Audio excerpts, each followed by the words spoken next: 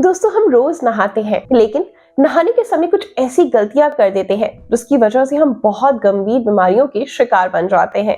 तो आज का मेरा ये वीडियो सिर्फ और सिर्फ नहाने पर है। जी हाँ, नहाना इतना इम्पोर्टेंट है और साथ में सही तरीके से नहाना बहुत जरूरी है। आज इस वीडियो में मैं आपको बताऊंगी कुछ ऐसे आसान से तरीके, अगर आपने नहाते समय उन्हें फॉलो कर लिया तो आप बहुत सारी बीमारियों का घर बैठे बैठे इलाज कर सकते हैं। इन द सेंस कि आपको वो बीमारियां आपके पास फटकेंगी नहीं, और अगर हो गई हैं तो वो दूर भी होनी स्टार्ट हो जाएंगी। आज का वीडियो बहुत इंटरेस्टिंग होने वाला है, बस बने रहिएगा, एंड तक जरूर देखिएगा। क्या क्या चीजें सीखी, क्या इंप्लीमेंट करा और क्या चीजें आपको खराब लगी। मे बी कुछ चीजें आप डिसएग्री भी हो सकते हैं, लेकिन अगर सारी बातों में एग्री हैं तो ऑनेस्टी के साथ वीडियो को लाइक और शेयर जरूर कर दीजिएगा। ऐसे अच्छे कंटेंट के लिए मुझे फॉलो जरूर करें। तो चलिए स्टार्ट करते हैं आज का बेहतरीन सा वीडियो।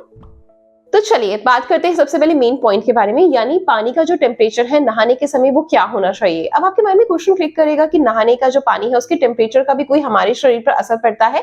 यस, बहुत ज्यादा असर पड़ता है। हम में से बहुत सारे लोग अपने आप को स्ट्रॉन्ग दिखाने के लिए बहुत ज्यादा ठंड में ठंडे पानी से नहाते हैं। ये बात गलत नहीं, आयुर्वेद में भी कहा गया है कि ठंडा पानी अगर आप लॉन्ग रन तक यूज करते हैं तो यस, आपको काफी ज्यादा आपके लिए इफेक्टिव होता है। स्किन की इलास्टिसिटी को बढ़ाता है, आपकी एजिंग को डिले करता है और आप उससे ज्यादा फिट रहते हैं। लेकिन ये भी नहीं कहा गया कि बहुत ज्यादा ठंड में आपने बिल्कुल ठंडा पानी नहाना है। ऐसा नहीं, बल्कि उसकी जगह हम लुकवार्म वाटर का यूज करेंगे, क्योंकि जब आप ज्यादा ठंडा पानी बहुत समय से नहाते ही रहते हैं तो आपको घुटनों में दर्द होने लग जाती है, आपके टखनों में दर्द होती है, जॉइंट्स में आपके पेन होना स्टार्ट हो जाता है, आपको साइनस की प्रॉब्लम हो जाती है। इसके साथ साथ अगर आप बहुत टाइम तक ठंडे पानी में नहाते हैं, यानी ठंडे पानी से नहाते हैं, तो आपको सेक्सुअल वीकनेस भी होने लगती है। ये बहुत मेजर इश्यूज हैं जो आपके साथ भी हो सकते हैं। समझ रहे हो ना? तो इसलिए हमेशा जो नहाने का पानी होना चाहिए वो ना तो ज्यादा ठंडा और ना ही ज्यादा गर्म, बल्कि लुकवार्म होना चाहिए। अब ज्यादा गर्म भी क्यों नहीं होना चाहिए, क्योंकि बहुत सारे लोग क्या करते हैं, जब ऑफिस आवर्स से आते हैं, यानी ऑफिस से घर आते हैं या वैसे भी वर्कआउट कर होते हैं या कुछ स्ट्रेस भी होता है, तो हॉट शावर लेते हैं। अब हॉट शावर, यस, उस टाइम आपकी मसल्स को रिलैक्स करता है, आपके माइंड को भी शांत करता है, आपको काफी ज्यादा जो आपकी थकान होती है वो उतर जाती है, बहुत अच्छा और काफी ज्यादा कंफर्टेबल फील करते हैं, एक्टिव फील करते हैं। बट अगर आप इसको 1 वीक में 1-2 बार फॉलो कर रहे हैं तो ओके है। अगर आप रेगुलरली आपने इस चीज का अपनी जिंदगी का हिस्सा बना लिया है कि आपको बहुत ज्यादा गर्म पानी से नहाना है, तो आप ध्यान से सुन लीजिए कि आपको क्या क्या प्रॉब्लम हो सकती है। आपको मसल वीकनेस हो सकती है। आपकी जब आप ज्यादा गर्म पानी से नहाते हैं तो आपकी जो नेचुरल स्किन का ऑयल होता है वो खत्म होने लगता है, आपकी स्किन ओवर ड्राई होने लगती है, जिससे एजिंग जो है वो स्पीड पकड़ लेती है। यानी जो एजिंग को डिले होना चाहिए, जो चीज हम आजकल चाहते हैं, आपको प्रीमेच्योर एजिंग आने लग जाती है। आपकी स्किन में इलास्टिसिटी खत्म हो जाती है, जिससे कि आप जल्दी बूढ़े नजर आने लगते हैं। तो ये सारी प्रॉब्लम्स आपको क्रिएट होती हैं अगर आप ज्यादा गर्म पानी से नहाना स्टार्ट करते हैं। आपके जो बाल होते हैं वो बहुत ज्यादा वीक हो जाते हैं, हेयर फॉल आपका बहुत एक्सट्रीम हो जाता है, डैंड्रफ की समस्या हो जाती है, स्किन इश्यूज होने लग जाते हैं। तो आपको क्या करना है, पानी का जो टेम्परेचर रखना है वो नॉर्मल लुकवार्म रखना है। इससे क्या होगा, आपकी स्किन भी हेल्दी रहेगी और आपके ऑर्गन्स भी हेल्दी रहेंगे। चलिए इसी के साथ बढ़ते हैं अपने नेक्स्ट पॉइंट की तरफ। नेक्स्ट पॉइंट में आ जाता है हमारी नाक। यस, हमारी नाक जब हम नहाते हैं तो उसको साफ करना बहुत जरूरी है। अब आप कहेंगे कि ये तो बहुत नॉर्मल चीज है, बहुत लोग करते हैं, बट हम में से बहुत सारे लोग नहीं भी करते। नाक में जो भी म्यूकस होता है, यानी जो गंदगी होती है, जब हम नहाते हैं, हम शावर लेते हैं या कंटिन्यूस जो पानी डालते रहते हैं अपने ऊपर, हेड के ऊपर, तो आपका जो म्यूकस होता है वो लूज हो जाता है, वो इजिली बाहर आ जाता है। तो अगर आप उसको नहाते समय अपने नाक को साफ करते हैं तो ऐसे में आपको फ्यूचर में कभी भी साइनस की प्रॉब्लम नहीं होगी। थर्ड पॉइंट, अब आ जाते हैं हमारे कानों पर। हमें से बहुत सारे लोग कानों को अच्छे से साफ नहीं करते, और स्पेशली जो प्रेशर पॉइंट्स होते हैं उनको स्टिमुलेट नहीं करते। हमें पता ही नहीं होता कि उनको स्टिमुलेट करना कैसे है। देखिए, हमारे जो ऐसे आपको एटलीस्ट 10 सेकेंड या 10 टाइम्स रिपीट करना है, ठीक है। ऐसा क्यों करना है, थोड़ा सा फनी लगेगा यस दिखने में, लेकिन ये इफेक्टिव बहुत ज्यादा है, बिकॉज जो आपकी कानों की नाड़ियां होती हैं वो आपके माइंड से कनेक्टेड होती हैं।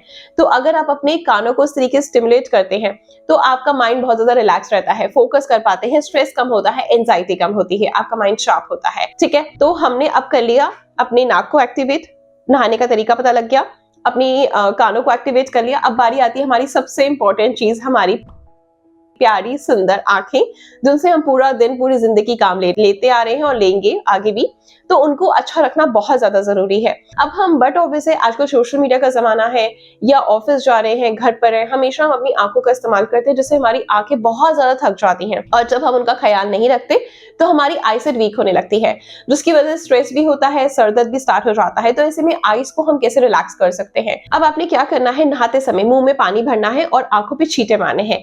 कम से कम 10 से 20 सेकंड के लिए ऐसा करना है। ऐसा करने से क्या होगा, आपकी आई मसल रिलैक्स होती है, ज्यादा ओपन अप होती है, रिलैक्स होती है, ब्लड का सर्कुलेशन वहां पे अच्छे से हो पाता है और आपको जो भी आंखों से जुड़ी समस्या है वो नहीं होती है। ठीक है, अब बात आ जाती है कि हमें नहाना कैसे है, यानी शावर से नहाना है या मग्गा बाल्टी लेकर नहाना है। अब आप ये चीज नोटिस करिए कि जब आप शावर से नहाते हैं तो आपका जो पानी है वो बहुत ज्यादा वेस्ट होता है, और बहुत सारी ऐसी सिटीज हैं हमारे देश में, जैसे कि बेंगलोर में बीच में पानी का बहुत इशू चल रहा था, तो उन लोगों को तो पानी नसीब ही नहीं होता। क्यों? अगर हम इस तरीके से वेस्ट करते रहेंगे तो हमें भी एक टाइम ऐसा आएगा कि पानी मिलना ही मुश्किल हो जाएगा। तो अगर आप ये सब चीजें नहीं चाहते तो पानी का कम वेस्टेज करें, क्योंकि जब हम शावर ऑन करते हैं तो पानी बहुत ज्यादा वेस्ट होता है ना। उसकी जगह पर आप जो है बाल्टी से, मग से नहा सकते हैं।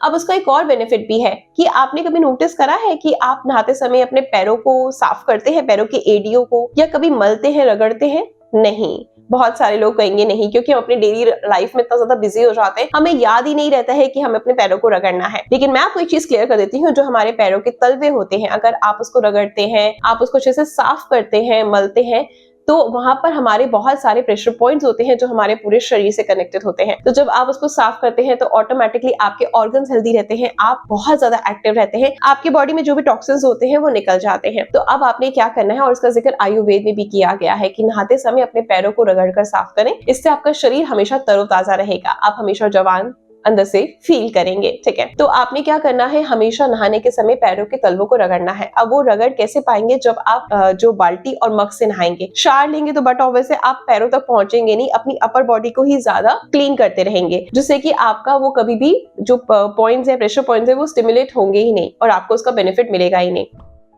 अब बात करते हैं पिंडलियों की, यानी काफ मसल की। नहाते समय हमें क्या करना है, उसको ना इस तरीके से प्रेस करना है साफ करते समय।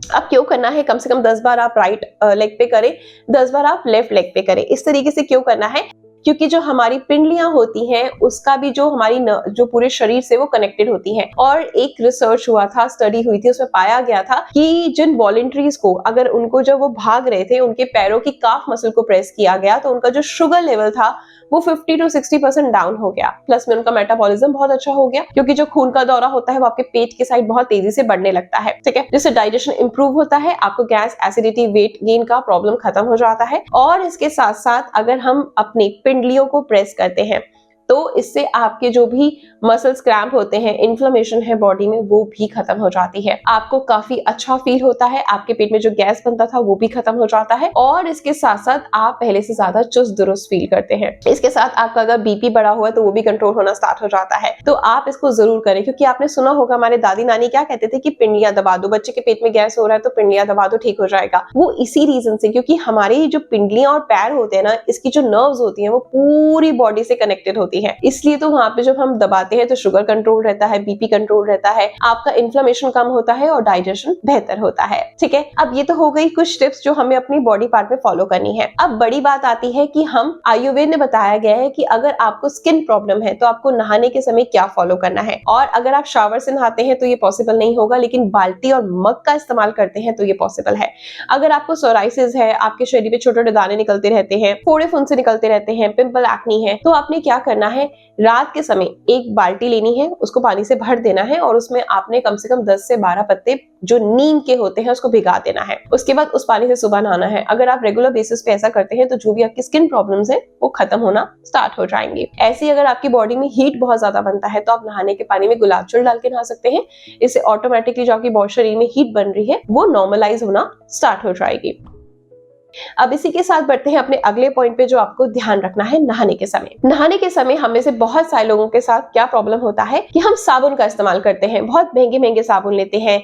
शावर जेल आजकल बहुत ट्रेंड हो गया कि शावर जेल से मैं नहाती हूँ। आपको पता है कि दुनिया का कोई भी साबुन आपके शरीर पे जमी हुई मैल को खत्म नहीं कर सकता, आपकी टैनिंग को रिमूव नहीं कर सकता। बहुत तरह के सोप्स ऐसे आ रहे हैं, मार्केट में क्लेम किया जाता है कि आप इसको लगाएं आप गोरे हो जाएंगे, इसको लगाएं आपका टैन निकल जाएगा। ऐसा बिल्कुल नहीं, वो सिर्फ आपको बेवकूफ बनाया जा रहा है। मार्केट में ऐसी स्ट्रैटेजी खेली जाती है, ऐसे प्लानिंग करी जाती है ताकि उनके प्रोडक्ट जिंदगी भर बिकते रहें। आप 2000 का साबुन लगाएं चाहे आप 2 रुपए का लगाएं, कोई भी असर नहीं करता, बल्कि जब आप रेगुलर बेसिस पे अपने बॉडी पे साबुन लगाते रहते हैं, अच्छा लगता है, रिफ्रेश फील होता है। तो जब आप ऐसा रोज करते हैं तो आपकी बॉडी का जो नेचुरल ऑयल होता है ना, वो भी खत्म हो जाता है, आपकी बॉडी ड्राई होने लगती है, एजिंग दिखने लगती है। अब आपके माइंड में क्वेश्चन क्लिक करेगा, क्या ईशा साबुन लगाना बंद कर दे, नहाना बंद कर दे? नहीं, आपने ऑल्टरनेटिव डेज में सोप यूज करना है और बाकी दिन में, यानी बाकी की जो रेस्ट 3 डेज रह गए, उसमें आपने क्या यूज करना है वो ध्यान से सुन लीजिए। आपने बेसन लेना है, थोड़ा सा हल्दी डालना है, दही डालना है, थोड़ा सा पानी मिक्स करना है और उसको अपने पूरे शरीर पर अच्छे से रगड़ना है। यस, जो मेरा ये लेप है ये आपके टैन को रिमूव करेगा, आपकी स्किन पे जो भी गंदगी जमा है उसको खत्म करेगा, आपके पोर्स को डीपली क्लीन करेगा, आपकी स्किन पर नेचुरली शाइन आना स्टार्ट हो जाएगा और आपके जो बॉडी का नेचुरल ऑयल है वो भी बरकरार रहेगा। आपकी रंगत में ड्रास्टिक चेंज आने वाला है, सच में ड्रास्टिक चेंज, ठीक है, अगर आप इस लेप का इस्तेमाल करते हैं तो इस चीज का आपने ध्यान रखना है। ये कुछ चीजें हैं जो मैंने आपको बताई हैं नहाने के समय आपको क्या करना है।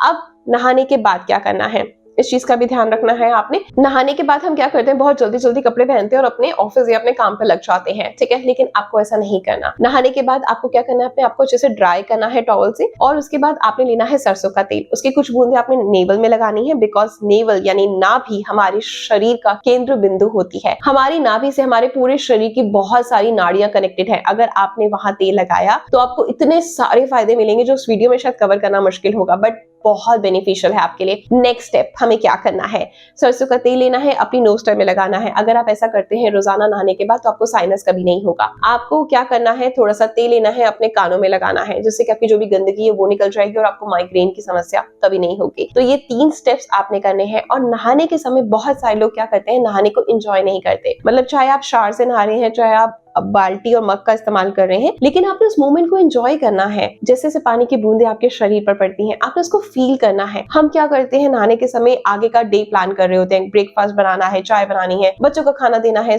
हस्बैंड को भेजना है, या ऑफिस जाना है, या घर के कपड़े धोने हैं, बहुत सारी चीजें हमारे माइंड में चलती हैं। आपको उस समय को फील करना है। आप जिस समय जहां हो आपने उस मोमेंट को फील करना है। बाकी सारी चीजों को, पास्ट को, फ्यूचर को अपने माइंड से निकाल दीजिए, तभी आप लाइफ एंजॉय कर सकते हैं। जो भी पॉजिटिव चीजें हैं उनको लेना सीखें, फील करना सीखें, पॉजिटिव चीजों को, नेगेटिव चीजों को नहीं।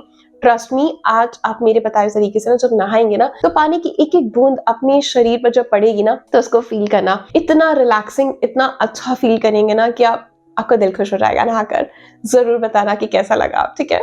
चलिए, ऐसी अच्छे अच्छे कंटेंट के लिए अपनी ईशा को फॉलो करें। फॉलो करने के लिए बहुत सारा प्यार दें, प्यार देने के लिए लाइक और शेयर कर दें और कल अपनी ईशा का इंतजार करें कुछ नई चीजों के लिए, ठीक है। Bye, take care, stay healthy, lots of love, good luck.